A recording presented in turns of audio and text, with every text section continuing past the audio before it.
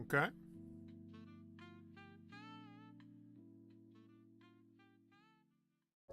You know what's a thought I've always had? Is a message just popped up and I ignored it. Hello! I think I got a message from my computer. I think it said, like, enough is enough. I'm ending it. Something like that. I like half read it and then was like, okay, whatever. It's just a silly computer. Like, what are they gonna do to me?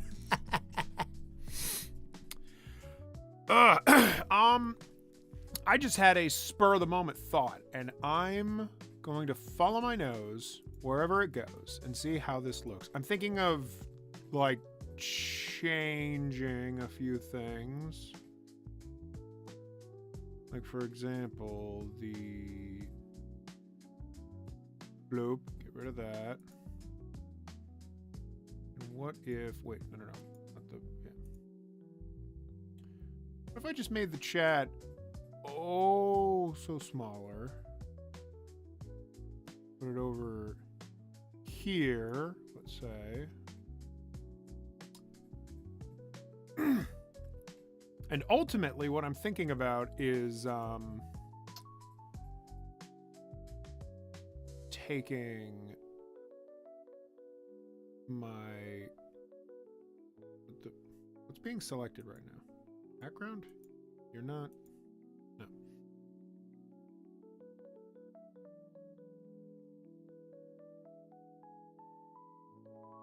Yeah. I'm taking... my window capture of Clip Studio Paint. Is that not? Yeah.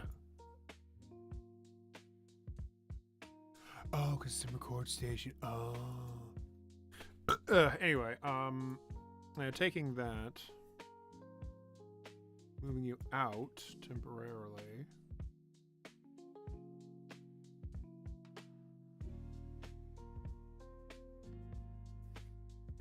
Then, what do I, motherfucker, trying to right click you. I knew I could do that before. All right, fine.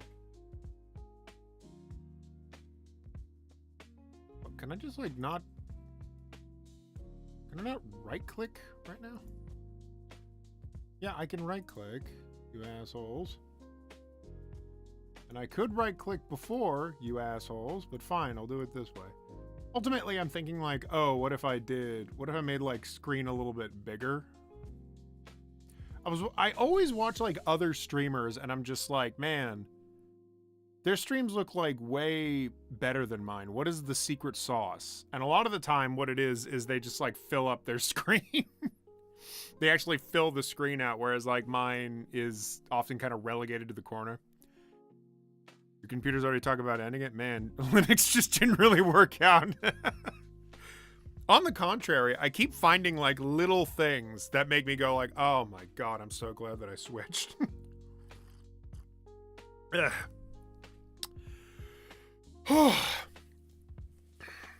The other day, I noticed when I use Reaper to record like audio for projects or whatever, oftentimes I like inside of Reaper they have this thing where you can't start recording unless you select the layer you're recording in and then you hit the record button, but you need to activate that layer first.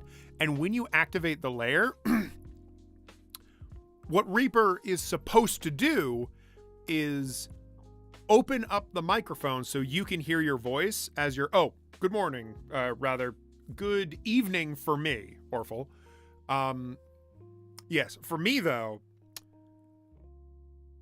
what I'm supposed to be hearing is my own voice in real time on the mic so that I'm able to voice act better. I'm wearing headphones, but I won't be, like, blocked out by my own voice. But on Windows, that didn't happen. There was, like, a 2-second delay. So what I always had to do was turn on that layer and then go into my sound settings and turn off sound from Reaper so that I don't hear Reaper talking back to me 1 second after I speak. It's impossible. It's ridiculous. I install Reaper on Linux and the delay is gone. I don't know why the delay was there in the first place. I thought that, see, I didn't know what the fuck that was. I thought that Reaper was just really weird. No, there was a weird delay on the Windows version. When I installed it natively on Linux, it just fucking worked. It's silly, absolutely ridiculous. Let me finish doing the thing I was gonna do. Take window capture, put that back in there, lock you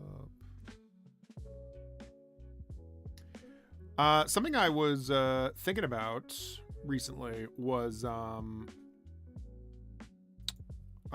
there's a new trailer for Silent Hill. Did you know? Did you know that there's a new trailer for Silent Hill? It's fucking epic.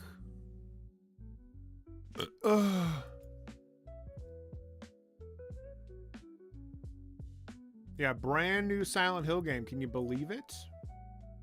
It's odd. It's like, I've already watched it once. I could do a review of, Silent F. A lot of people have made a joke about the name, but like, seriously, what the fuck is it? What does it mean? What does it mean? It's like, when I look at it, I'm like, okay, isn't that a musical note? Or isn't that something you do in music? Isn't this a music thing? Like, am I crazy? It's a music thing, yes? No? Yes? I don't know. I don't know. And I don't know if there's been like, I haven't really been following the coverage super well. But from what I can tell, no one's explained like what it is either. Like nobody's been like, oh yeah, the F stands for foghorn. Because of the Silent Hill foghorn in the games. Remember, Peter? Remember the time? But no, they don't even say that. It's like, it's baffling. I'm sitting here just like, okay, but why? Like, what is it? Literally, what is it? And I can't even tell you. Can't even tell you what it is. Maybe there's some like interview where the director talks about it. I know that the guy writing it, at least, is Higurashi, it's Ryokoi. It's something 07, which is really damn weird, but whatever. I'm not in charge of naming him. Strange name aside, he was the gentleman who worked on Higurashi, which is a very popular anime if you aren't aware of it. Very cool anime, very dark and frightening anime with a lot of like horrifying violence in it. I straight up can't hit like right control. This is goddamn stupid. Is it because you're in the box? Let me take you out. Take you out of the box. Nope, I just straight up can't hit right click. That is so weird to me. OBS is acting up. It's acting up again. Oh, well. Anyways.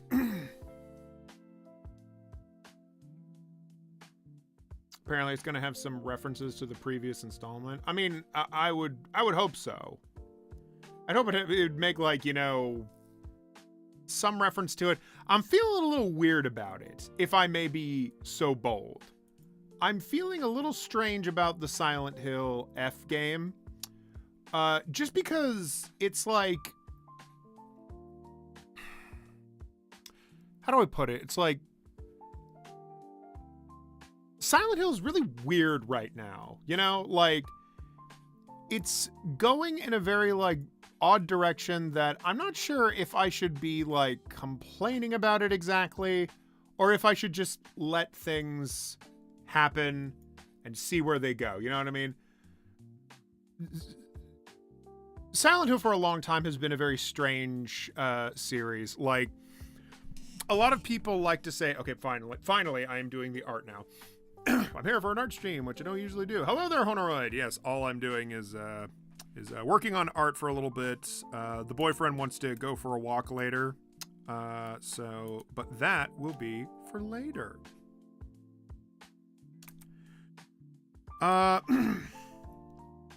Yes, fuck, where was I? Yeah, Silent Hill has always been a very strange series. From its inception, it was a real, like, oh, let's just make a video game that relates to Americans. You know, just make an American hashtag relatable horror game. Right, guys? Right, gamers? And that was the thought since the beginning. So, Silent Hill is a real, like, homage kind of game, you know? It makes reference to all sorts of movies, and horror genres for its, for the sake of its inspirations. And the first, like, 3 Silent Hill games were all inspired by, like, Stephen King novels and Jacob's Ladder and stuff like that. And that's all well and good, but after 3, I think, like, people started to slowly realize that, like, Silent Hill doesn't really have an identity outside of those first couple of games. Like, they made the first game, which was like, oh yeah, it's like a weird, kind of more action-heavy Stephen King novel where, like, a struggling writer who's also, like, got big daddy energy has some crazy shit happen with, like, a family member. And then he gets all wrapped up inside of a cult and stuff because Stephen King is also a really crazy writer and stupid shit like that would actually happen in his books. You know, fair enough. And then the second game was like, hey, you ever heard of a movie called Jacob's Ladder? Let's just do almost nearly that in, like, every respect of the word. And then by the third game, they were, this is a little sneak behind the curtain because I learned this recently. Silent Hill 3 was kind of rushed, and you can sort of tell, like, there's really, really, really great moments in there, but some aspects of the story do feel a bit, like, quickly explained in these kind of bizarre ways. To me, I don't mind, because I still like the story despite it feeling rushed. But Silent Hill 3 was kind of just an extension of 1. You know, it was the continuation of 1's story. After that happened, where do we go from there? Silent Hill The Room, which wasn't even a Silent Hill game. Like, oh, thank God you and your boyfriend are working where I'm at. The weather is a nightmare and there's smoke everywhere from a nearby wildfire. Fuck me. It's gonna happen this year. It's gonna happen this year. I fucking know it. I live over in Washington, like Seattle, and we keep getting wildfires in Canada or California. Somebody keeps lighting these fires. Well, okay, let's be real. It's global warming, you know, like, obviously. But shit keeps catching fire, and then we have smoke in the air for, like, a month. A fucking month. There was, a few months ago, years ago, excuse me. Years ago, I briefly worked, like, part-time at a school, just making a little money on the side, but also, they really needed the help. And, I remember having, like, smoke billowing through the goddamn air, and the kids were like, oh my God, like, what the, there's so much smoke in the air, what's going on? Like, these kids literally, like, dying in front of me, and I'm just like, oh shit. It's the saddest thing in the world. You're just like, oh my God, these kids are like, they aren't doing anything wrong. These kids didn't wander into a toxic waste dump. They're just, like, choking while they're out on the playground. It's crazy. It's horrible. Yeah, like, it's the type of thing where you go like, how does this shit like happen? Oh my God. And people start pretending like global warming isn't real. Oh my Lord. Anyway, this is one of my OCs from, yes, what I'm working on right now is one of Mario's OCs from his Pokemon fan fiction. It's called, is it called Wannabe? Yeah. Yeah, her name is Anique. She's the love interest of the protagonist, who's named Keats. Homecoming was set in Shepherd's Glen, but the game manages to connect that to the first game lore. Yeah, Homecoming is like weird. I will say I have not played any Downpour. I'm looking into playing it because y'all piqued my interest on it in the last Silent Hill stream.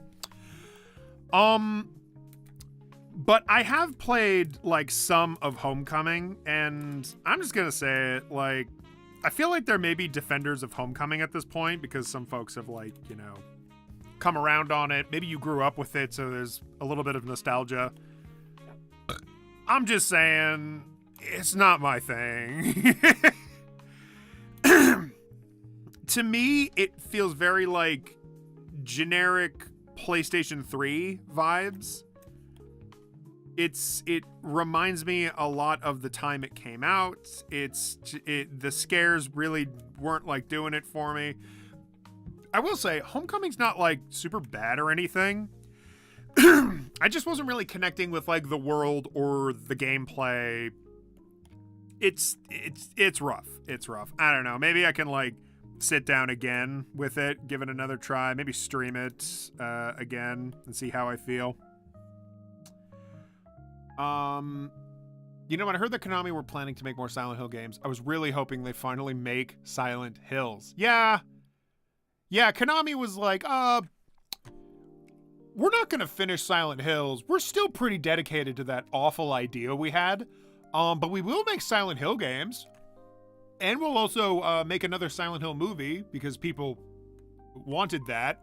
Silent Hill 2 has been really good. All right, Silent Hill 2 remake is fan-fucking-tastic, and they've done a great job with it. And Bloober Team should be proud of themselves because a lot of people did not believe in them. That does not mean that Konami is cool now. Yeah, I'm still very bitter about all the decisions Konami has been making over the years. It's goddamn ridiculous. And these companies, like, it's not the studios that make the games fault. It's not their fault that these stupid decisions have been being made. It's the producers. It's the, like, hands that hold the money. You know? I sound so conspiratorial, but it's the people that are making these big boy decisions, right? They're the wrong ones, clearly. Now, I hope F is pretty good. I do, because the point I was trying to get to later is it feels like all the most memorable Silent Hills were ones that were tapping in to some sort of cultural horror genre. You know what I mean? Resident Evil's kind of the same way. Resident Evil 7 was really, really affecting, and it felt like the artists were kind of tapping into what if we did like a spooky kind of ghost-like take on Texas Chainsaw Massacre. And what they did with 7 was brilliant. And I love 8. I know it's divisive, but I loved 8. And F sort of feels like they're using the Silent Hill angle to do a like Japanese horror movie from the 1980s or 1990s, really. That's what it reminds me of, but I think it takes place in the 80s. When I saw the shots in the trailer, I was like, oh, I've seen movies like this all the time. Like, the graphics aren't perfect or anything. What I mean is, like, the composition, the vibe of it. It definitely reminds me of some old, excuse me. Reminds me of some old Japanese films that my brother would show me, because he's way more of a cinephile. Just saying. Called out. We could, God. Obama. I fucking got him. on stream. You know what I called him? Oh, what a file! Okay. I've been a lot more silly lately.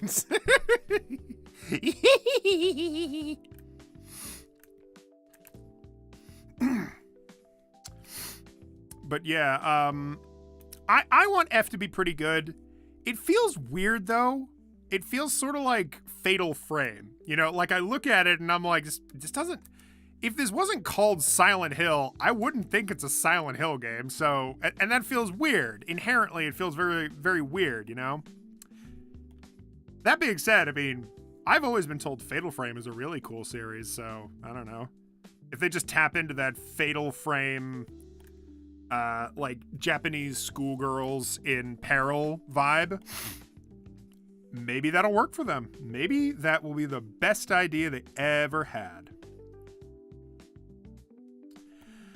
I truly do not know why I didn't just make this commission in Clip Studio Paint. That being said, I don't mind Krita. I don't mind it at all. What I'm drawing in right now is Krita, which is a free drawing program that's compatible with all major operating systems. That's Windows, Linux, obviously, and even Mac. I recommend Krita. I do. It's actually pretty good. The pens feel really, really good. And I would make my comic in Krita, like I would try and learn how to work Krita in order to make my comic, but it doesn't really do comics very well, it seems. Or if it does, I don't know how. Maybe I will learn. Anyways. Yeah, screw Konami, absolutely. Ubisoft's IPs are actually more valuable than the company itself. It's kind of sad. Yeah, Mario, doesn't that always feel the case? Like the production company. New neck design out, and we're going to find out how they play differently and if you should consider getting one. While testing these, I came across a major difference between the old design and the new design that I haven't seen mentioned anywhere. What the fuck is this? The new design is called KZ neck, and it comes in 3 different metals: brass, bronze, and solid silver. Before I tell you what's new with these necks, let's have a play test. Yanagisawa has a new neck design out, and we're gonna... Is that just a fucking ad? That's just a fucking ad. What the... That's an 11-minute ad. Okay, so... I'm gonna go back to that for a second. Bear with me. Yanagisawa Oh, I see. Okay, context. Well, I mean, it's music, so. So, yeah, that felt weird, didn't it? So I got this music from, no. I have YouTube Premium, and these are pre-downloaded songs. So, ooh, I fucking love that. Ooh. Anyway, don't get distracted. I got this music from the lovely YouTuber Loom Room. They actually have a playlist of music that is safe for me to stream, and I won't get hit with copyright strikes. I asked them permission, just so long as I credit them. So in the description, I've linked to their YouTube channel. And I got their whole playlist, and I physically downloaded all the songs so that I wouldn't hit a fucking ad. Subtle differences between that and these new KZ models. First one up is the brass. This is intentional. This is a part of the song. The guy. So this song right here, every song that I've downloaded is like 3 to 2 minutes long, right? This one song here is called the Yanagisawa. The Yanagisawa. And this is 11 minutes and 30 seconds long. This is the longest piece in the whole album that I downloaded. Very experimental. I don't know what, I feel like they're trying to maybe emulate a radio show or something. Very weird. I'm skipping it. Yeah, no, it's not the vibe. It's not the vibe that I'm going for. Loom Room makes really great music, but yeah, not for the stream. Sorry. The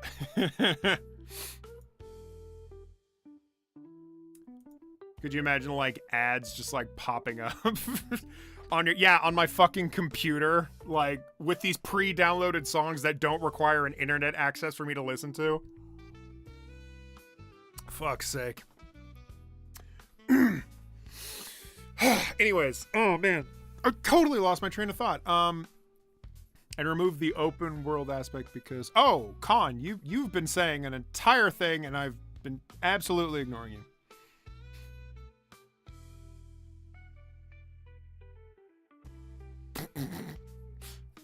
Super 64 is supposed to be an open world 3D beat 'em up, but I remember this story, yeah. No, Warner Brothers was so fucking stupid about Superman. Let me digress for a second. People are all like, Superman 64 is a terrible game. Yeah, okay, fine. It is. Here's the deal, though. Warner Brothers were assholes to Titus Studios, the people that were left in charge of making Superman 64. I think what a lot of people are asking whenever they turn on Superman 64 is, how come this isn't a game where I just like fly around the city and fight bad guys, right? Like, it really feels like they had all the necessary pieces. How come we can't do that? Like, yeah, all right, whatever. It's kind of an old game, so it has old game jank, but it doesn't even let me freely roam around the city. What's up with that? That was the vision. That was what they wanted to do. And Warner Brothers hated them. Warner Brothers literally hated Titus Studio, and they got the contract to work on Superman somehow, even though they hate them. Warner Brothers hates them. So Warner Brothers tried everything in their power to stop Titus from making a good game. I am not fucking joking. There are a million reports of Warner Brothers giving them the stupidest requirements while making the game, in the hopes that they would just like run out of time or money and then they could just cancel the game. Why they didn't just cancel the game outright, I don't know. But let's really focus on the most important part here. What a bitch-ass baby thing to do. You could have had a good game. People love Superman. Why did you actively sabotage it? It seems like, from the perspective of Titus Studio, they were really excited to make like a good game, and they felt like they had the right time to make the open world beat 'em up that they were envisioning, but they weren't allowed to. Idiots, morons, shit. It sucked. It's completely terrible. It's awful. And even though Titus Studio would later go on to make like a RoboCop game, that one was crappy too, and I don't think any studio meddling got in the way of it. So that studio may just not be very experienced in making these high concept ideas. Could be. But Warner Brothers didn't even give him a chance, and that sucks.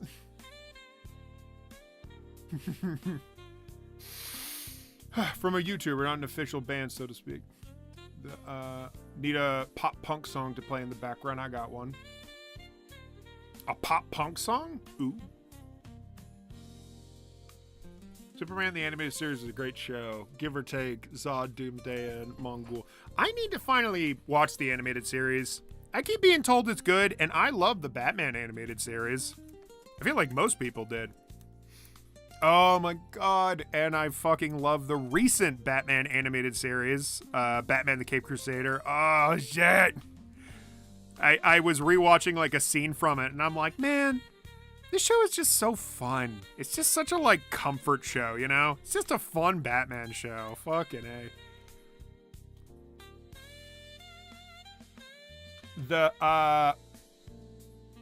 Mario, can I trust this song? Like, when I talked to Loom Room, they specifically gave me songs that wouldn't have, like, copyright strikes on it. Like, even if it's just from a YouTuber, that still means it has the potential to do a copyright strike.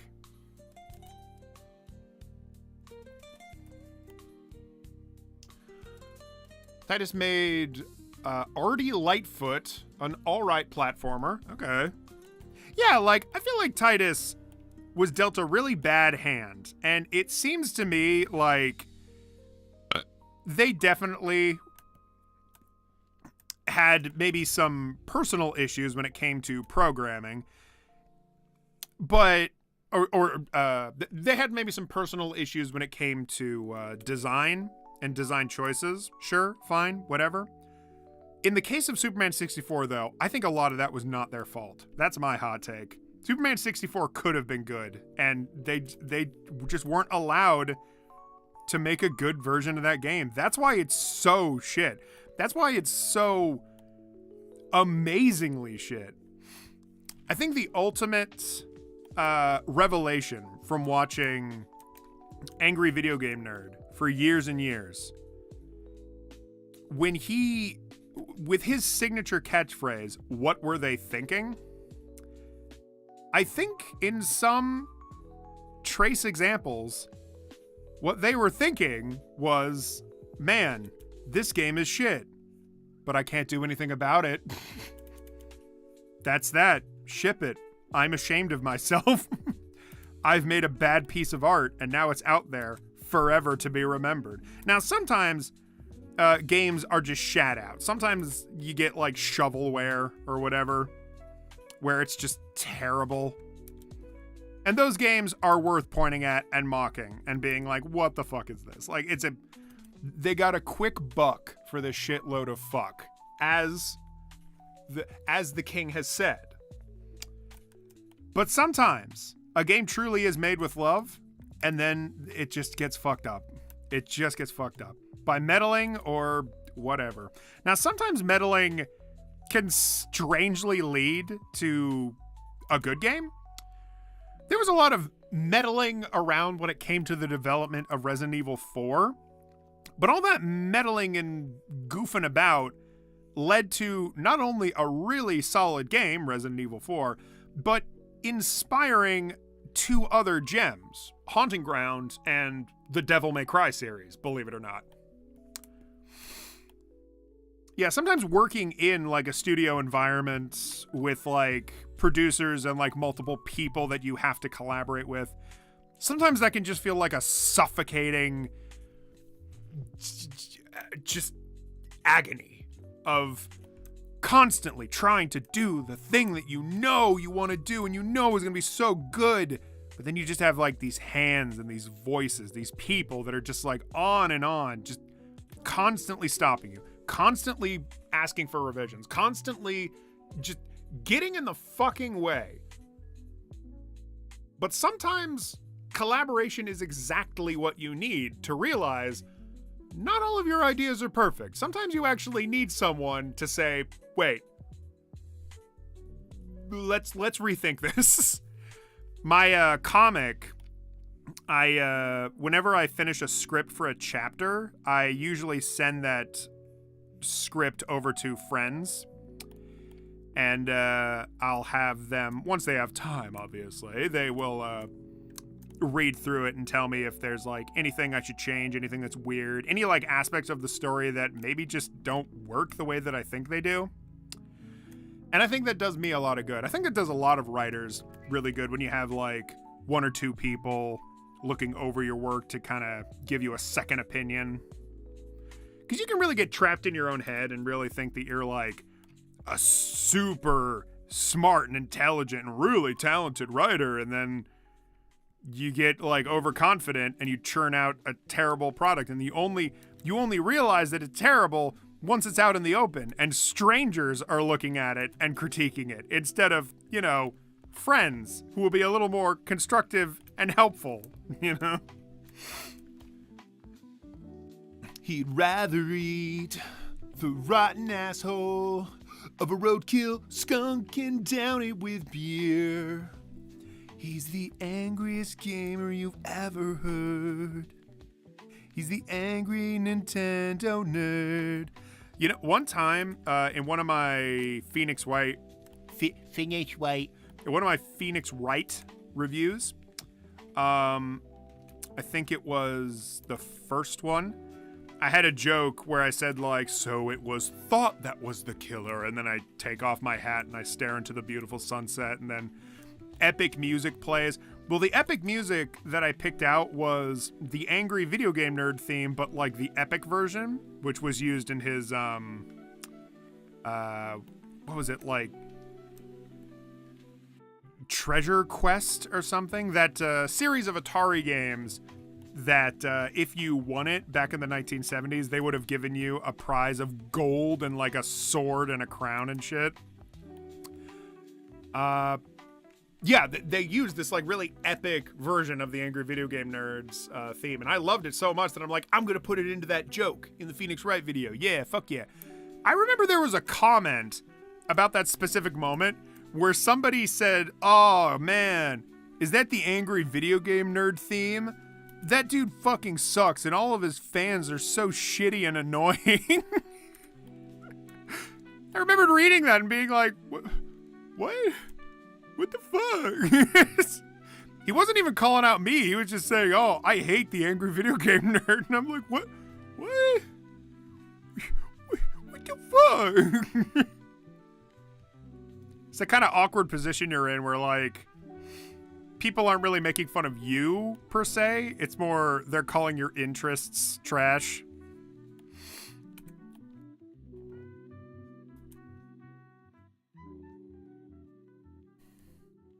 Shinji Mikami seeing the development of Resident Evil 4. Give him a sword, a smug prick attitude, and we'll call it a day. Yeah, you know, easy, right? You know, easy. I get the impression Shinji Mikami would not be, like, a great person to hang out with. It feels like he'd be kind of a dick.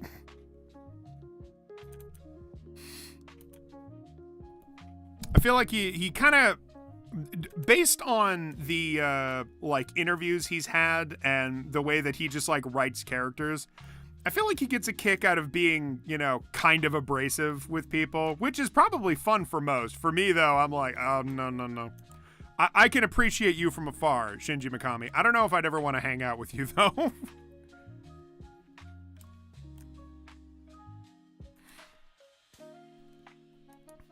I did like that one story where but once again, studio development. When they were making Bayonetta, that was it. Higher ups at Sega or whoever was producing that game, the higher ups were saying like, "Oh, let's get rid of Bayonetta's glasses," which is such a weird, like, arbitrary thing. Oh, your Wi-Fi crapped out? Welcome back, Honoroid. Yeah, it sounds like you have a storm over there. Hope you're being safe. Hope you're, like, you know, inside and everything and not, like, freezing. But yeah, no, you guys know the story too, I assume. It really, like, made the rounds. The producers were all like, "Oh yeah, let's get rid of Bayonetta's glasses. Like, we don't like the glasses." And Shinji Mikami just was like, "No." It's like he just told like a boardroom of directors like, "No, the glasses stay on. I'm making the fucking game. I've made extremely successful games before. I will continue to make extremely successful games later.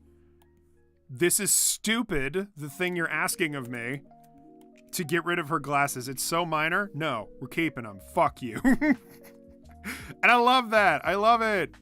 I love it, especially because it worked. And, you know, the producers didn't give him any more, like, guff about the glasses, as far as I can tell.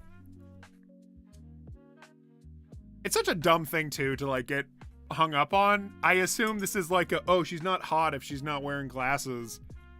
It's a great design choice. It's very subtle. You know, Bayonetta without the glasses, it's not the same. I love those games, too. I haven't played much of the second game, but I played, like, 1/4 of the first game. I've gotten through, like, a decent bit of the plot. I'm through, like, all the introductory stuff. Very fun game, and Bayonetta is such a fun character. Even my boyfriend likes Bayonetta, and he hates all women. I make these jokes as if he's gonna be, like, nearby to react to me.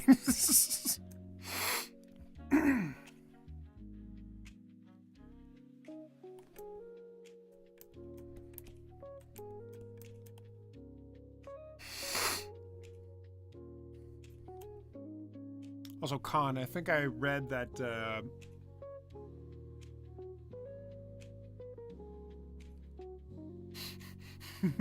this YouTuber isn't stupid. You're stupid! Look, Billy would have been the next Roger Ebert. Who mentioned...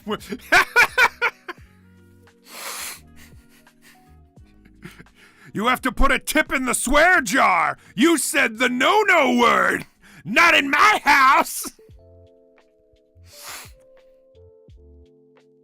He was the Michelangelo of game devs. Yeah, Shinji Mikami. Oh, wait, I keep saying Shinji Mikami. That's not who I mean.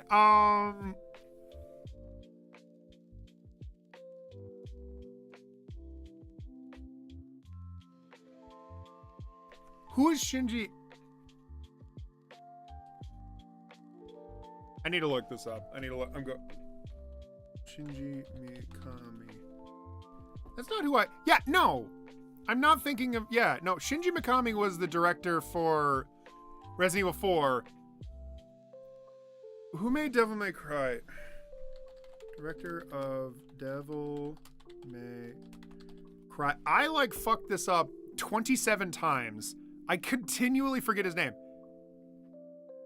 Itsuno? I need to see a picture. I know his face. I know what he looks like. Hideki Itsuno? Show me Hideki Itsuno. All right, hold on. I need to actually write it in. Hideki Itsuno. Or I spelled that wrong. Hideki Itsuno. Yes. Yeah, okay. It's not quite who I'm thinking of. Who am I thinking of? Who made Hideki Kamiya?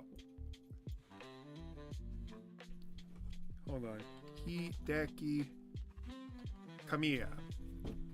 There he is.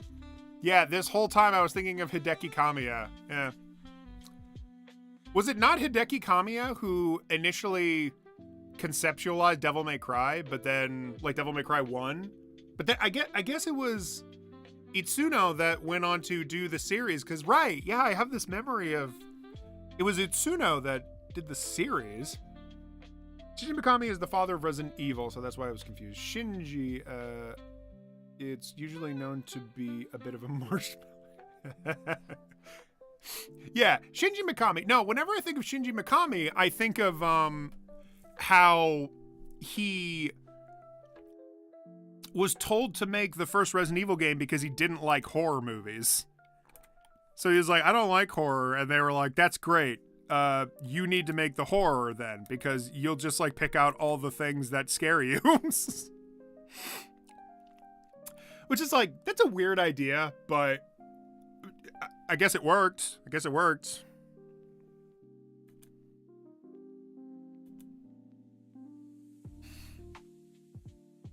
Have you ever seen the low budget but well animated musical A Monster in Paris? I have not.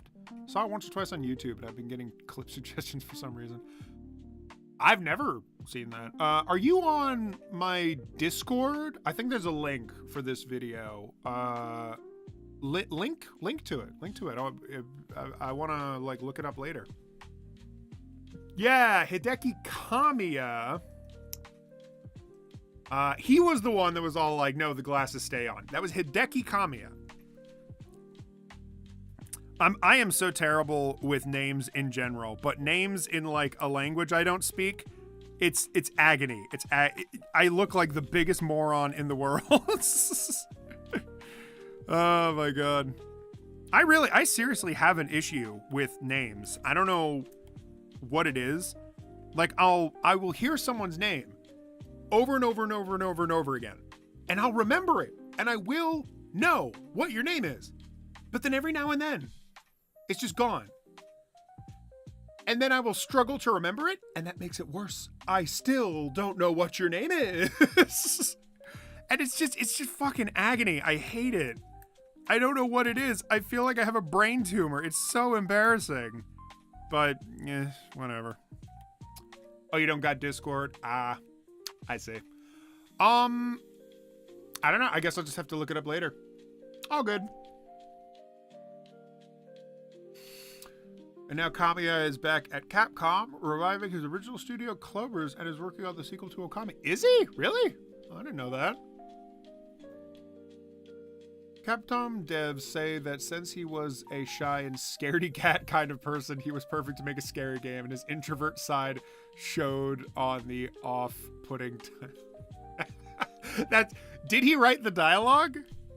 Did he, like, personally write it? That does kind of make sense. Oh, that's fun. God, should I ever play that original Resident Evil game? I've played the remake quite a few times. The GameCube remake of Resident Evil 1.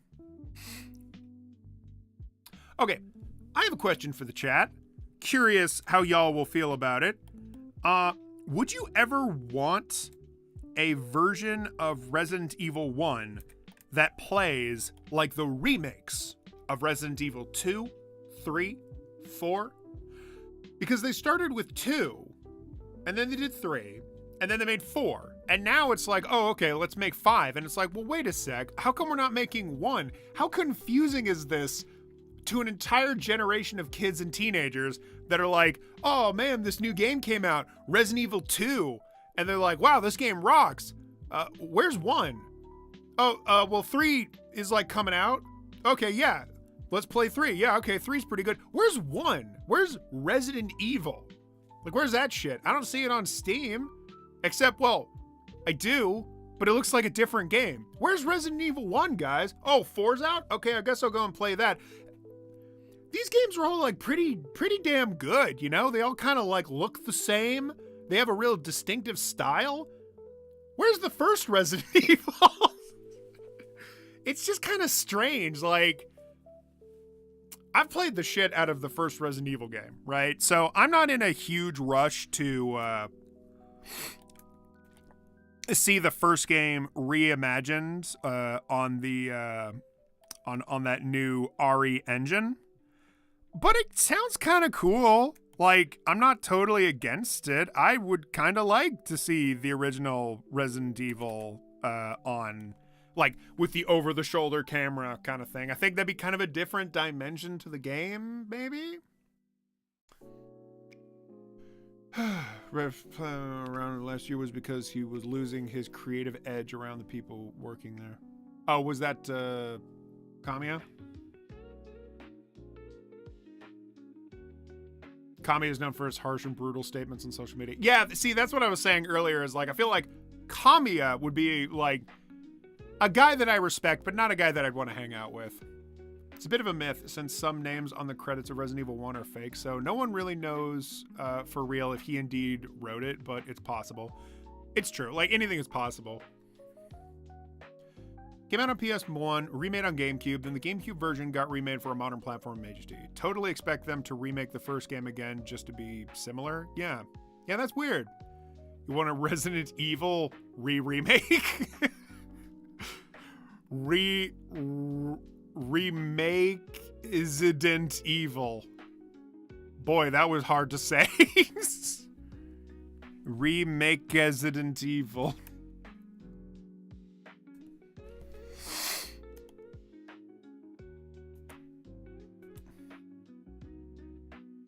Yeah, I mean, like, doesn't it just seem weird? Like, I'm looking out for all the Gen Alphas and the Gen Xers of the world that are like growing up in a world with Resident Evil 2, 3, 4, eventually 5, and no Resident Evil 1. Just seems strange. Just seems strange. That being said, I am so excited to see what they pull out of their ass to make Resident Evil 5 work.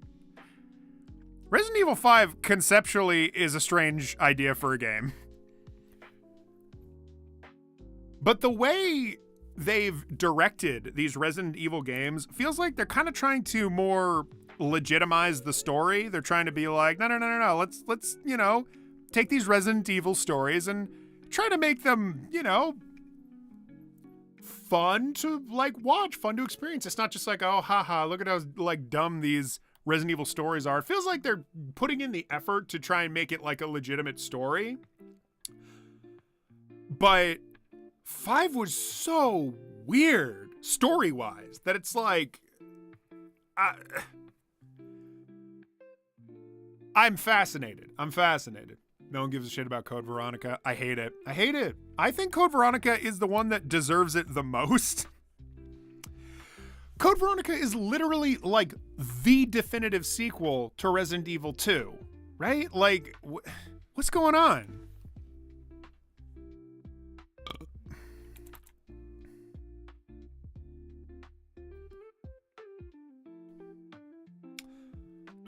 Also, where's my remake of Resident Evil Gun Survivor? Or Resident Evil Dead Aim? Does anyone remember the characters from those games? Does anyone remember Resident Evil Survivor? Do you remember the scene where the main character, Ark Thomas, picks up the phone of the bad guy? He picks up the bad guy's phone because it's ringing, and it's the bad guy's mother. And the bad guy's mother is all like, oh, it clearly sounds like just a man doing an old woman voice. And is like, oh, I want you to stop being evil and please come home. Do you remember that awesome scene in Resident Evil Survivor? Oh my God. I would love it if they made a remake of Resident Evil Survivor and they somehow included that scene. That would be so crazy. I would love it. I would laugh. I'd laugh for the whole stream. I swear the biggest change they're going to make to Resident Evil Remake is going to change all the skin tones of the zombies to be less... I mean, I don't want them to be less black, if that's what you're saying. Like, I would prefer that the people in Africa do look like they live in Africa. I would kind of like it if we also, like, summarized, like, where in Africa... I think it was vague West Africa, I guess. I'm a stinker about this because a lot of people kind of fuck up Africa and they're like, oh, Africa, that's just like that place in The Lion King, right? Like it's just a big plain, you know, like there's nothing there. It's just a big open area. And then like maybe there's a building or something. Did you know Egypt is in Africa? Did you know Egypt was in Africa? I feel like we need to get a little more specific. Africa is a continent. And that is one of the million things in Resident Evil 5 that feels so weird. As soon as Chris touches down, what's her name? Sheva looks into the camera and just says like, welcome to Africa. And it's like, can we be more specific? I know it's like, you know, it's a fictional world. Fair enough. But why do we have to like specify Africa at all? It felt like Resident Evil 4 was being extra vague. You know what I mean? They said like rural Europe once and then just had like people walking around speaking Spanish. So your guess is as good as mine. There was never a bit where they were like, welcome to Spain. I don't know. I would be fascinated to see where they go. If you want a messed up horror musical comedy, I can recommend Poltergeist. It's a low budget, hilarious mess that was the funniest car crash in human history. It's a musical? Because there was the movie Poltergeist. But then the music is like a different thing. Okay.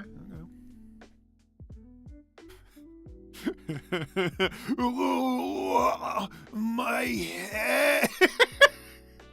I love Survivor. I love it. I wonder if I'll try and like get it working on a on an emulator and just play it at some point. It's so dumb. You heard that Capcom is planning to remake Code Veronica? If they are I heard Resident Evil 5. If they are planning to make Code Veronica, good. Make Code Veronica before you tackle Resident Evil 5. 5 is completely different from the rest of the series in so many ways. Like, Code Veronica has characters from 2, right? Like, it'd be a really great idea to incorporate those characters. Also, it has younger Chris, which you could then like use that to kind of like make some references to the fact that he's at the end of 7 and at it throughout the story of 8. You know what I mean? Like it sounds so obvious to me. Do Code Veronica. Do Code Veronica. It would be so cool. Everyone would like that. Oh, poultry Geist. Okay, well now I have to look it up. Thou shalt not speak ill about Dead Aim. I love the cutscenes for Dead Aim. I think it's like a really charming story, if I'm being honest. It reminds me of shit that I would see on like the Sci-Fi Channel back when I was a kid. So I'm not throwing shade at Dead Aim. I've heard that it's not super fun to play, but I don't know. I haven't played it, so I can't speak for it.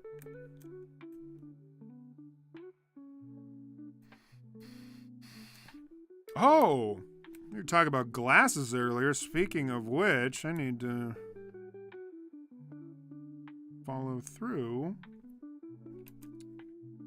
with Anik's glasses. Okay, Poultrygeist, though. All right, I will keep that in mind, Mario. Thank you.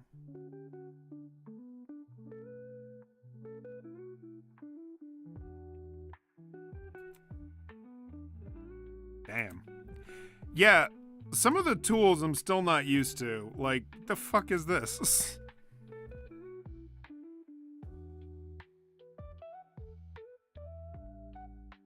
Okay. Okay. Kind of getting that now.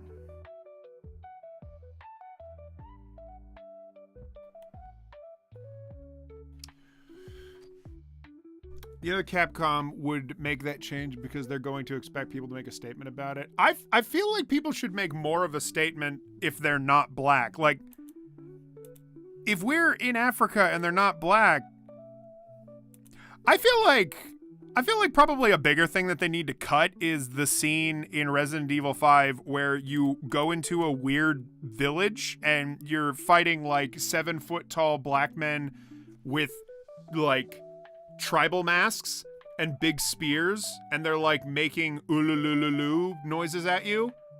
I feel like they need to get rid of that and definitely still keep it.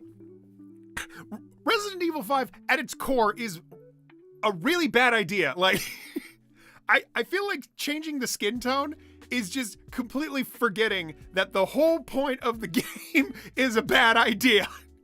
The good idea is to not do Resident Evil 5, I think is my point. Like, changing the skin tone is one thing. You're still in Africa shooting a bunch of indigenous people. Like, none of it is a good idea. It's dreadful. It's so stupid. People honestly will go to bat for Resident Evil 5 like the original, and I understand it. The original game had some really fun co-op. If you played Resident Evil 5 with like a friend, kind of a fun time. Honestly, kind of cool, kind of based and like, you know, RE pilled. Very, very co-op pilled. Very wholesome 100. I think a lot of people had very fond memories playing co-op with Resident Evil 5. Which is why there's a decent number of people that'll be like, hey guys, I know the story is like really weird and honestly pretty racist and stuff like that, but if you play it with a friend, it's really fun, and it is fun. Yeah. There's stuff to enjoy about 5. It's got a lot of shit in it that, like, I almost believe it should just be an old game, right? Because there's a lot of problematic stuff made in the past that we can just look at and be like, okay, they should have known better, but they didn't. And then they released the game, and yeah, that happened. It came and it went, whatever. to bring it back to make a remake of 5.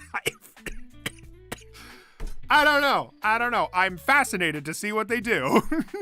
I really, really am.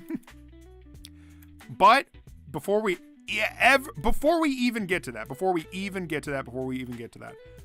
Code Veronica. More important, do Code Veronica, then you can deal with a can of worms that is 5.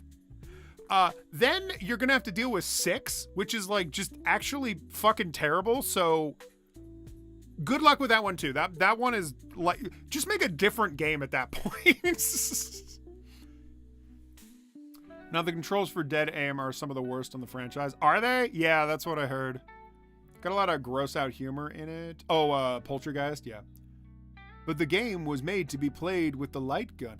Yeah, Dead Aim is meant to be played with the light gun. That's the weird part. It's like, okay, is it fun when you play it with the light gun? Like, does that make it better? I do not know.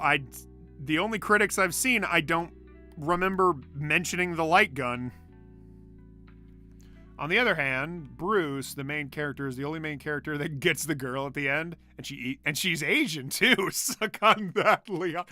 Bruce kind of looks like Leon too. It's weird. He's like also a blonde badass.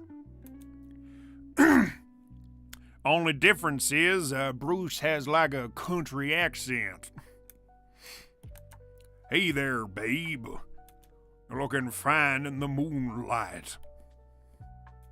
Don't they get eaten by like a big Goliath at some point? Man, Dead Aim is funny. Another funny one for the books. Oh my god, but if they remade Survivor. Oh my god. I'd be the happiest little kid at the candy store. Oh hey, as an aside, I'm getting a new graphics card. It's like in the mail right now. And the next time I play Silent Hill 2, at least, I'll be playing it with upgraded graphics card. It's going to have like 12 gigabytes of VRAM. It's an AMD 6700. I got it upon the recommendation of a friend of mine who, she's like really, really into computers and stuff, and has gone through graphics cards in the past, so I do trust her judgment on it. It's kind of blown out of proportion. I disagree. Well, except the tribal spear hunter thing. You just Sorry, I'm not laughing at you, Horneroid. I'm just saying it's worth remembering. Resident Evil 5 is also like weird too, because like they, not to keep banging on about this, but like it's like, it feels like they got to the concept of it, and then as they started workshopping it and putting out a trailer and stuff, they realized that people didn't quite like the idea of like just roaming around a random part of Africa and shooting black people. So, to be fair, Resident Evil 5 does make like a pretty faithful depiction of like what a extremely rural village would be in West Africa. Like it's not just tribal villages, it's like towns, villages. Eventually you go to like a port dock, and then eventually the game gets really boring and you're in like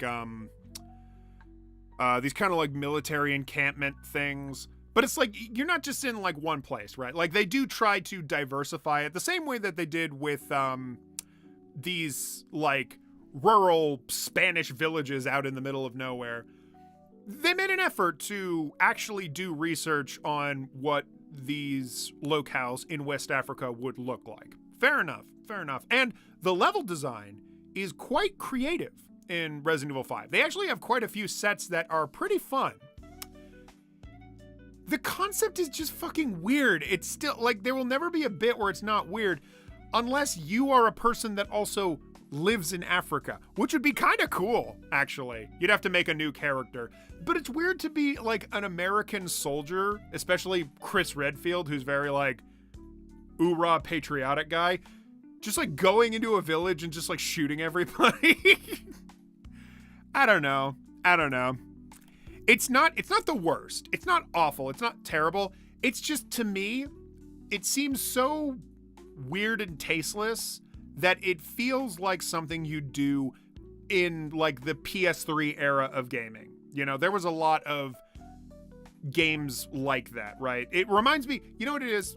Here's what I'm getting at. It reminds me of the Call of Duty series, right? Like the Call of Duty series would have a lot of, oh, we're going into like this weird far off land to go deal with our own personal problems. Also, there's a bunch of casualties in our wake. Whoops. It's just not what I want to be thinking about while playing a Resident Evil game. But let's think less about that, and let's think more about how the hell are they going to do 6?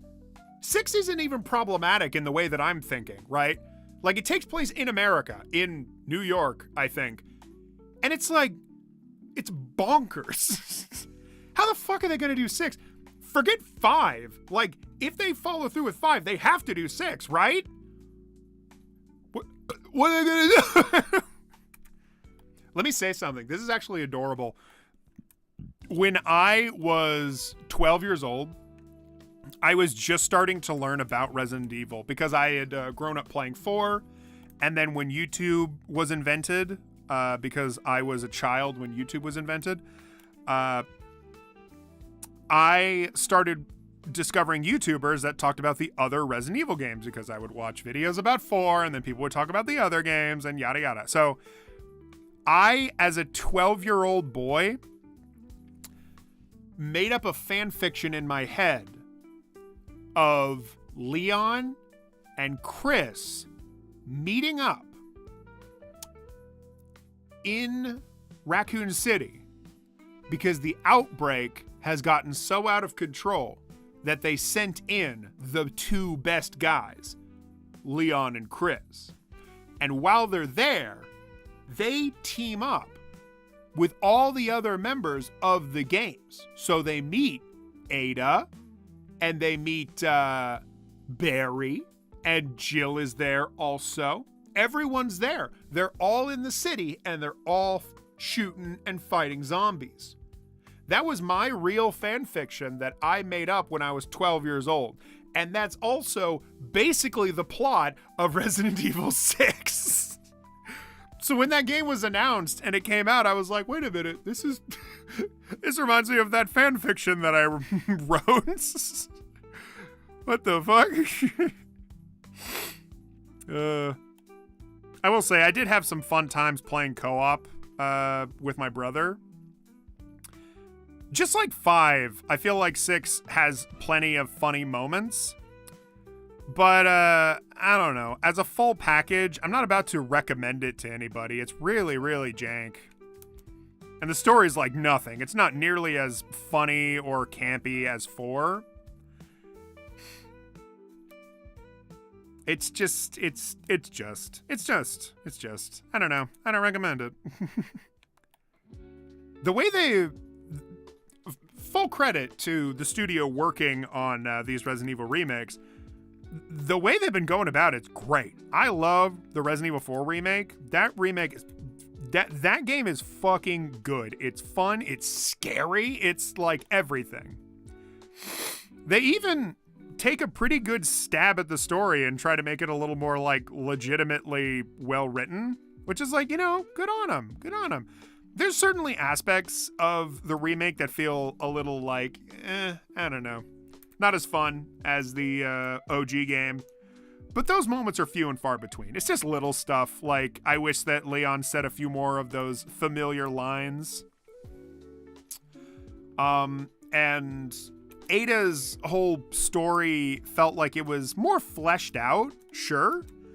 But I feel like they directed the voice actress in like the absolute worst way. The voice actress sounds like really, really, really, really, really amazingly bored.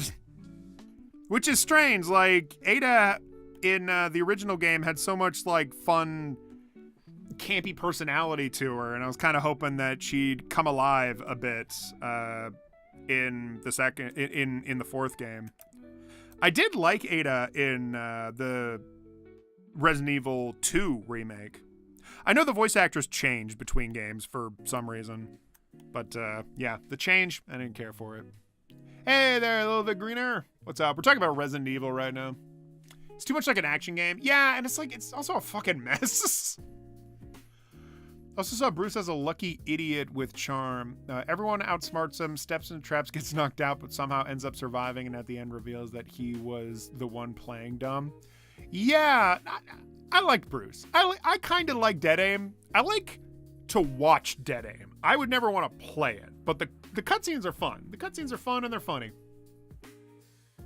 Resident Evil 6 was so weird that Kid Icarus couldn't decide if the game was good or bad. That's so true. I remember that video. Didn't he say it was like slot salvaged or whatever that was? Slot salvaged? Where he like sends it up to heaven and then shoots it back down. Back when he did that and didn't hate that format. OG Resident Evil 4 Leon was peak. The one-liners, the moves, the voice, the look. It was... OG Leon from Resident Evil 4, he got me to get interested in like acrobatics at my high school. This is the cringest shit ever, all right? Cringe alert, okay? You ready for it? As I would go between classes, I would look for bars or like edges for me to jump over parkour style, because that's what Leon did. He would jump over things or like climb or whatever. Leon inspired me to do that. And honestly, I mean, that was one of the first things that started getting me into shape, because in high school I was not in great shape, which you probably know if you've seen my reviews. Back in the day, I didn't look very healthy. In my reviews, I was all like fat and happy, but my health literally was bad. It was kind of bad. Never mind that though. I am healthy as a horse now. Whatever that means. I remember really not enjoying Resident Evil 4 Remake. Fair. To be fair, it was released at a horrible time in my life, so I want to play it again and see if I enjoy it more. I recommend it. I do. Yeah, and I mean, if you're playing it at a time in your life when you're already upset, sometimes a really good game is the cure, and other times it's just the wrong place at the wrong time. And also, sorry to hear that you were going through some bad shit. I hope that things are maybe calming down. And I recommend Resident Evil 4 Remake. It's great. It really is. I am like constantly astounded how much I enjoyed it. The thing is, though, what I'm coming to learn is that a lot of people really, really value the old games that they grew up with. Call it nostalgia, call it whatever you want. I don't want to make it sound pejorative, though. Like, to me, the Silent Hill 2 remake is better than the original in so many respects. I feel like I've experienced Resident Evil 2 for the first time and have come to really appreciate and respect it. And I say this as a person that's played the original Silent Hill 2 like 3 times, going for like multiple different endings and shit.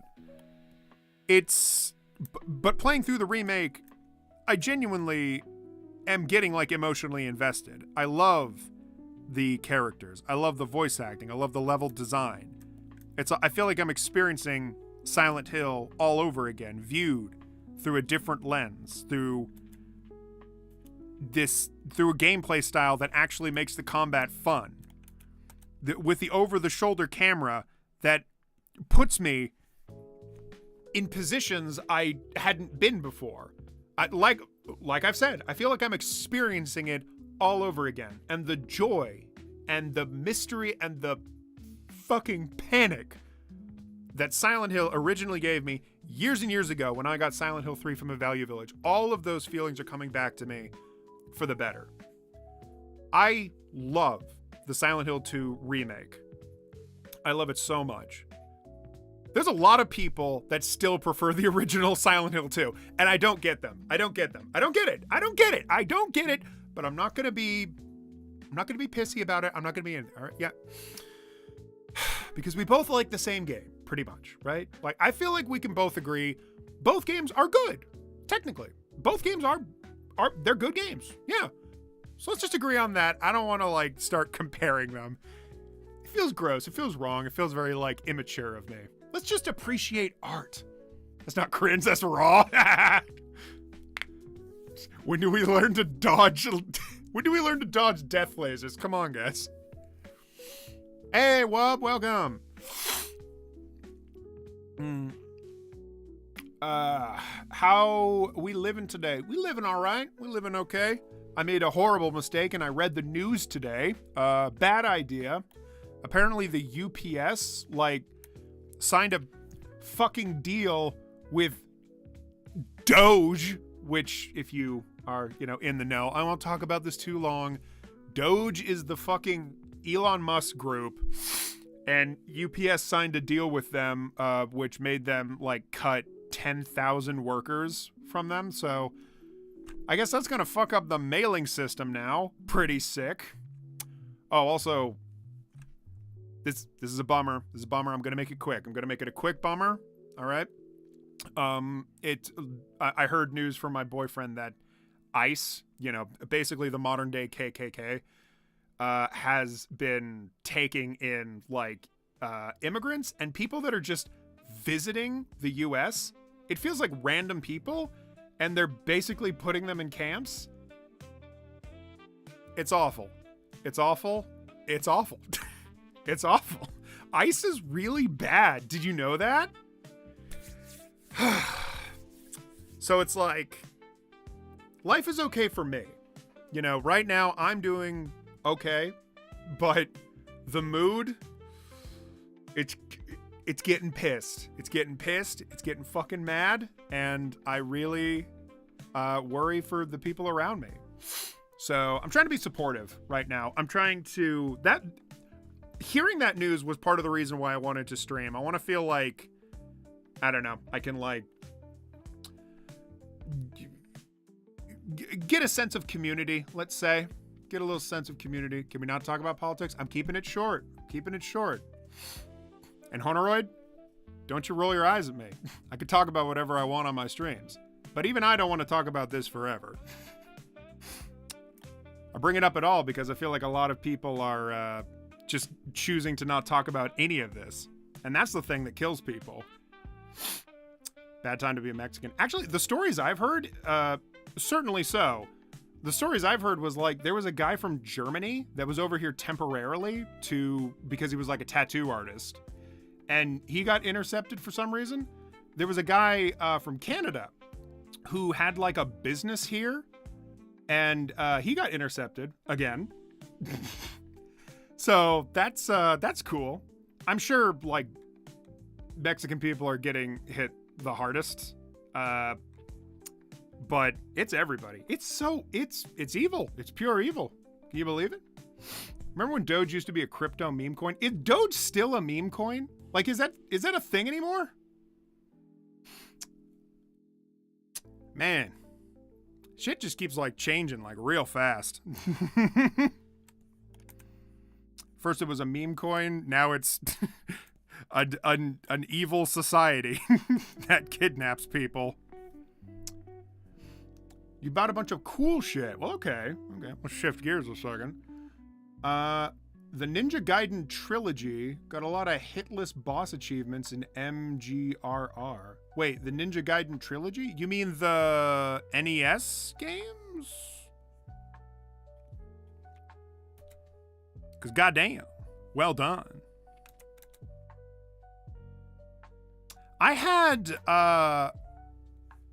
think I had Ninja Gaiden 1 for NES years and years ago. Way back in 2013, I believe. Around that time, I had allotted a decent chunk of money working as a server's assistant at a bar. And at that time, I wasn't paying rent because I was still living at my parents' house. So I just, like, had a few $100. And my brother and I were like, oh my God, let's go to eBay. And we looked up like, oh, let's get an NES and a shitload of NES games. And we did. And honestly, that is a very happy memory of mine. That's a real like, shit, man. We're just getting like a bunch of games and then we're just going to play them. And I think we found a few bundles. Yeah. Like, you know, on eBay or like wherever, they'll sell games in like a huge stack. I believe we got one of those because we wanted, like Legend of Zelda Gold Cart or something. And in that stack, I believe we did have Ninja Gaiden, the original. Just the first one, though. I know there were a couple for the NES. I'm real, like, foggy on the memory because despite having the first Ninja Gaiden game, I did not ever want to play it. Because I was informed that, hey, that game's really fucking hard and annoying and kind of like shitty. It's not shitty, really. It's not a game that is worth calling shitty, let's say. It's more like it's hard. It's hard and it's like it feels like it's unfairly hard, you know what I mean? That AVGN video like really summed it up. There's aspects of Ninja Gaiden's game design that feel very smart. You know, it feels like, oh, okay, the reason you're like fucking up is more the player's fault and not the game just like throwing unfair shit at you. But then like the longer you play the game, the more they have unfair shit that they keep throwing at you. And it's just, it just gets to a point where you're like, fuck this. It's a fucking bullshit ass game. Still though, the people that can play through all of Ninja Gaiden 1, the legends, absolute legends. New Dragon Ball Saga will calm us down in these hard times. That's right. 2000's one where you slice enemies. Oh shit. That's You're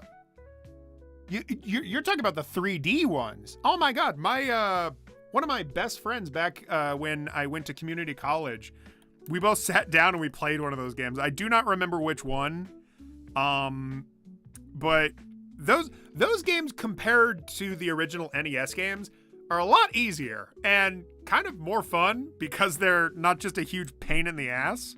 Yeah. I like those ones. I like them. Also, circle back. There's a new Dragon Ball Saga? One time my older brother farted on my face.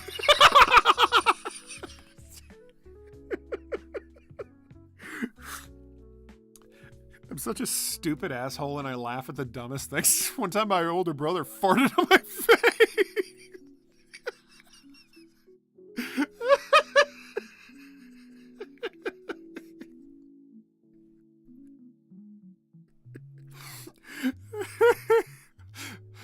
Oh, the memories.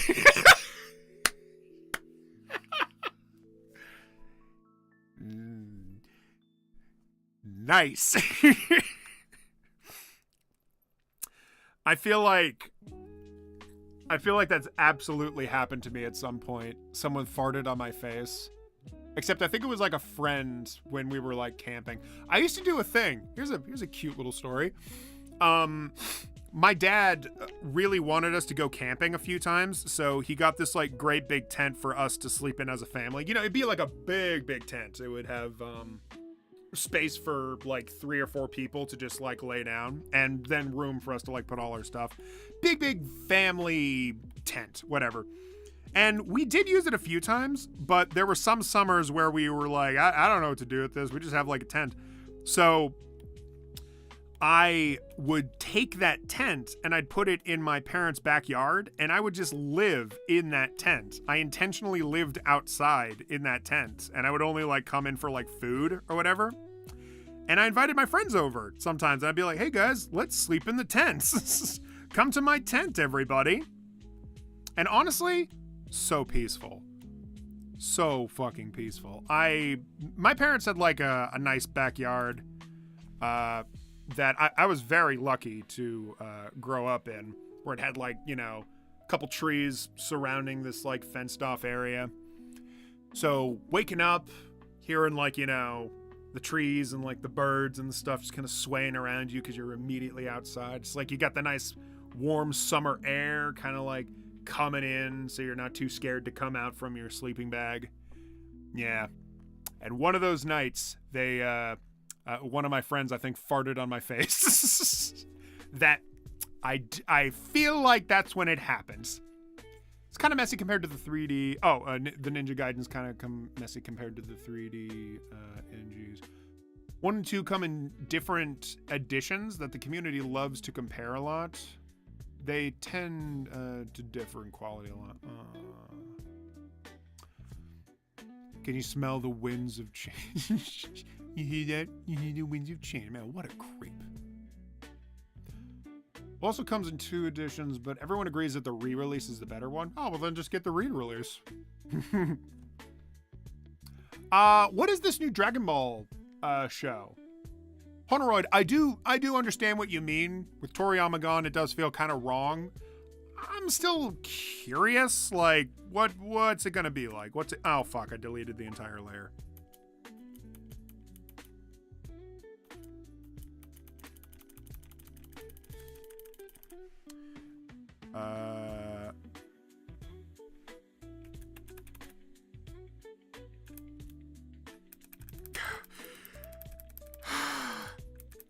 I leaned on the delete key, so I had to hit undo like 1,000 times. Be careful while you're making art. Be careful. Don't lose all your progress. Don't do that.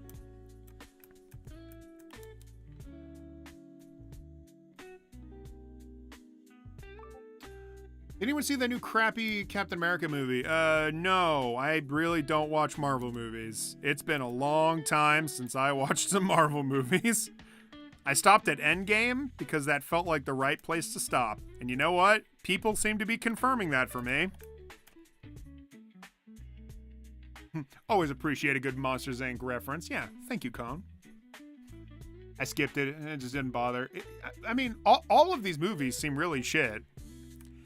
It's like, or if they aren't shit, then they're just boring. Like, it really feels like the series has run its course.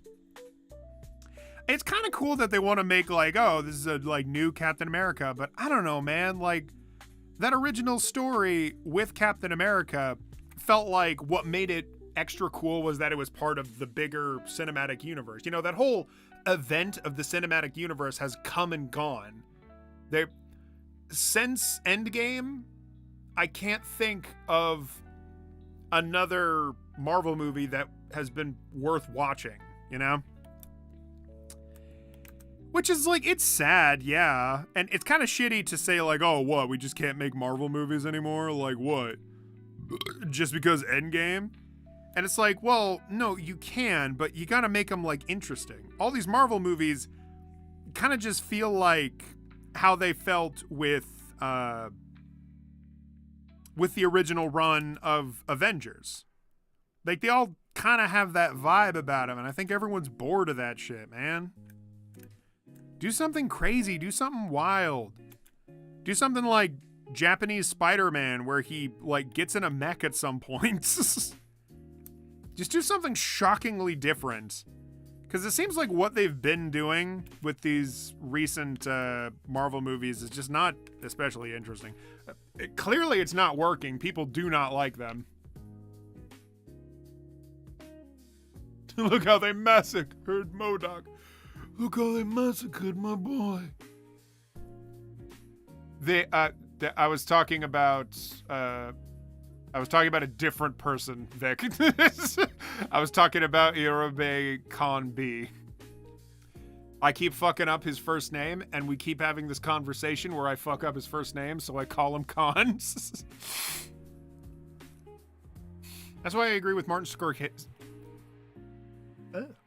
That's why I agree with Martin Scorsese that Marvel movies now are just a bunch of copy-paste nonsense. I love that Martin Scorsese decided to throw his hat in the ring of Marvel movie discourse. That's pretty funny.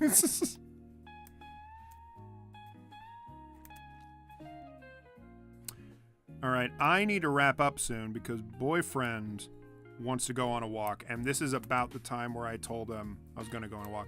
This is a very, like, brief stream, y'all.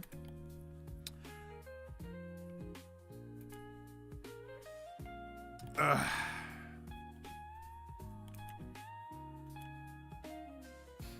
would agree that Endgame was the last great MCU. That's the vibe. That's the vibe that I get. You did like Guardian Volume 3. Spider-Man No Way Home. Spider-Man No Way Home, I did like that one. And Deadpool and Wolverine. But all the other ones just suck. Now they had to bring back Robert Downey Jr. to play Doctor Doom, when in reality that's just fucking lazy casting to drum up false hype. Yeah. I don't know. Yeah, it's like everything that they're doing now just feels like a very desperate cry to get people's attention. Because even they know these movies are just not very interesting on their own. Like, I'm sorry, but now we're waiting for the next cool movie event, you know? I don't know what it's going to be. It's kind of like when Harry Potter was like this long-running series. Oh, it was so cool. Like, all the movies spanned over several years, and like the actors were all returning. It was like you were watching an epic in movie form. And then it ended. And honestly, I think it ended just fine. You know, I thought that the Harry Potter movie series was fine. It was fine. There's definitely some movies that I do not care about. And then there's others where I'm like, yo, that one fucking rocks. I watch it every year and shit like that. But it ended. It's over. It's done. And then they kind of tried to continue the magic with Fantastical Beasts. And say what you will about those movies, I don't think they really garnered the same notoriety that the Harry Potter franchise had. Fantastical Beasts is not even, like, terrible. It just doesn't have that same pull or excitement that people got from the Harry Potter movies. And Disney right now is, like, spamming it. They're trying, like, so hard to keep interest in these Marvel movies, even though they're just really, really schlocky. I don't know. For that reason, I don't even bother. I'm not watching any of these films. I'm looking for ones that actually interest me. Like Nosferatu. Go watch Nosferatu. That's a great movie. Or the Sonic movie. Go watch Sonic 3. Or, oh gosh, what else is out there? What's some good movies out there? I'm about to wrap up the stream. Sorry, this one was a short one. Before I wrap up the stream, what are some good movies worth watching instead of watching any Marvel movie?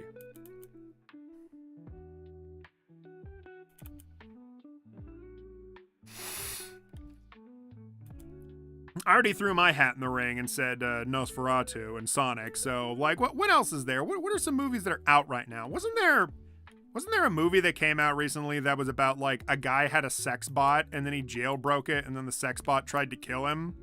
That's kind of funny. That's kind of a funny premise. I don't know if the movie was good. I remember that the director that made it was already, like, pretty good and accomplished. So, might be a safe bet. You know what movie I really need to rewatch is Blade Runner 2047, I think it's called. That movie is such a vibe, you know? It's not even like it. Sometimes I don't even pay attention to the story. I'm just like, oh, I just want to vibe. I just want to vibe. Porn? Oh, okay. Great start. Hell yeah. Sonic 3. Yeah, Sonic 3 is like, that was so fun. That was so fun. It's cool to see that, like, one of the better action show franchises that Gen Alpha is going to grow up with is Sonic. That's fun. That's a fun thought. I like that Sonic is kind of getting, like, his, I don't know, fourth revive in movie form. Because I like the movies just fine. Your things keep crashing. I'm sorry, Honoroid. I mean, I'm going to be wrapping up soon, so...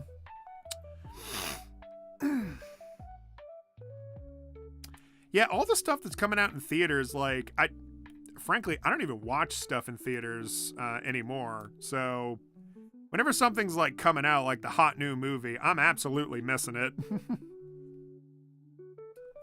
You know what's a good show, right? Is The Blue-Eyed Samurai. I watched that, I think it was months and months ago when it actually came out. But I watched like half of it, and I've been meaning to get back to it. I just literally forgot to like watch it. Also, a lot of stuff was happening in my life at the time. Not important. The Blue-Eyed Samurai, though, really fun, really cool. The writing is wonderful. It's like about a samurai with blue eyes. Ooh, that's weird because people indigenous to America usually don't have blue eyes. Now, why? America? Excuse me? People usually indigenous to Japan don't have blue eyes. That's more of a European thing. So why does this samurai have blue eyes, and yet they're also Asian? Ooh, interesting. Also, there's a lot more going on with the samurai. They're kind of like on a bit of a quest for revenge. Very fun. The animation's great. I freaking love Blue-Eyed Samurai. Yeah! Still waiting for season 2. Give it to me. Give it to me. The art style is so fun. Kind of, sort of, not exactly, but it kind of, sort of reminds me of like the Puss in Boots art style. It's kind of got that fun. Oh, it's made in 3D, but it has like a real 2D aesthetic to it. Highly recommended. Blue-Eyed Samurai. Check it out. Off the top of my head, only movie I can think of is I'm looking forward to Zootropolis 2. Zootropolis? Isn't it Zootopia? Or is it called different names in different places? Yeah. That is interesting that they're making a sequel to that. I don't know. I thought Zootopia was perfectly fine, and it got a lot of popularity when it came out. So, hats off to them. Oh, speaking of a different furry movie, I think, are they making a sequel to The Bad Guys? I feel like they are. They're making a sequel to The Bad Guys, right? I like that first movie. I like The Bad Guys. That was fun.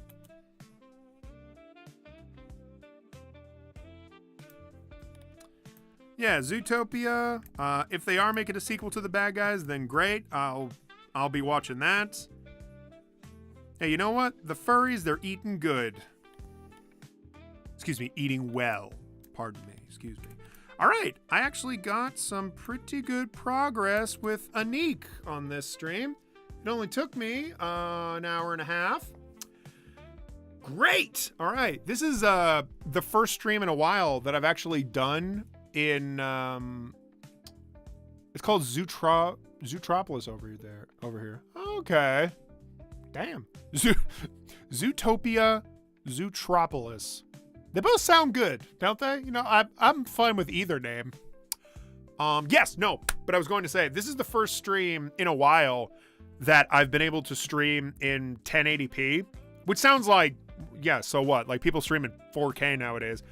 For me, when I was on my Windows machine, it kept fucking crashing or slowing down when I did 1080p. Here on Linux, I'm running in 10,000 bitrate and 1080p, and I have had 0 dropped frames.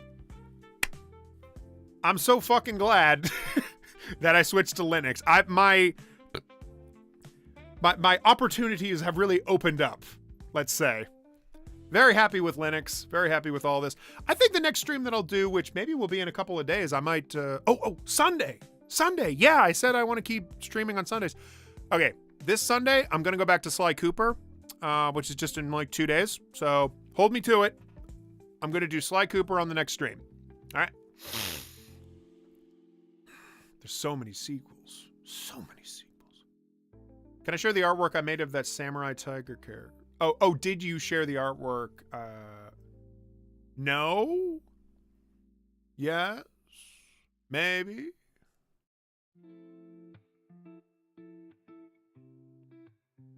I don't think I saw it. Hope you enjoy your walk with your boy. Absolutely. Later. Take care. Love y'all. Wub, post your art in the Discord. I want to look at it, please. Thank you. Oh!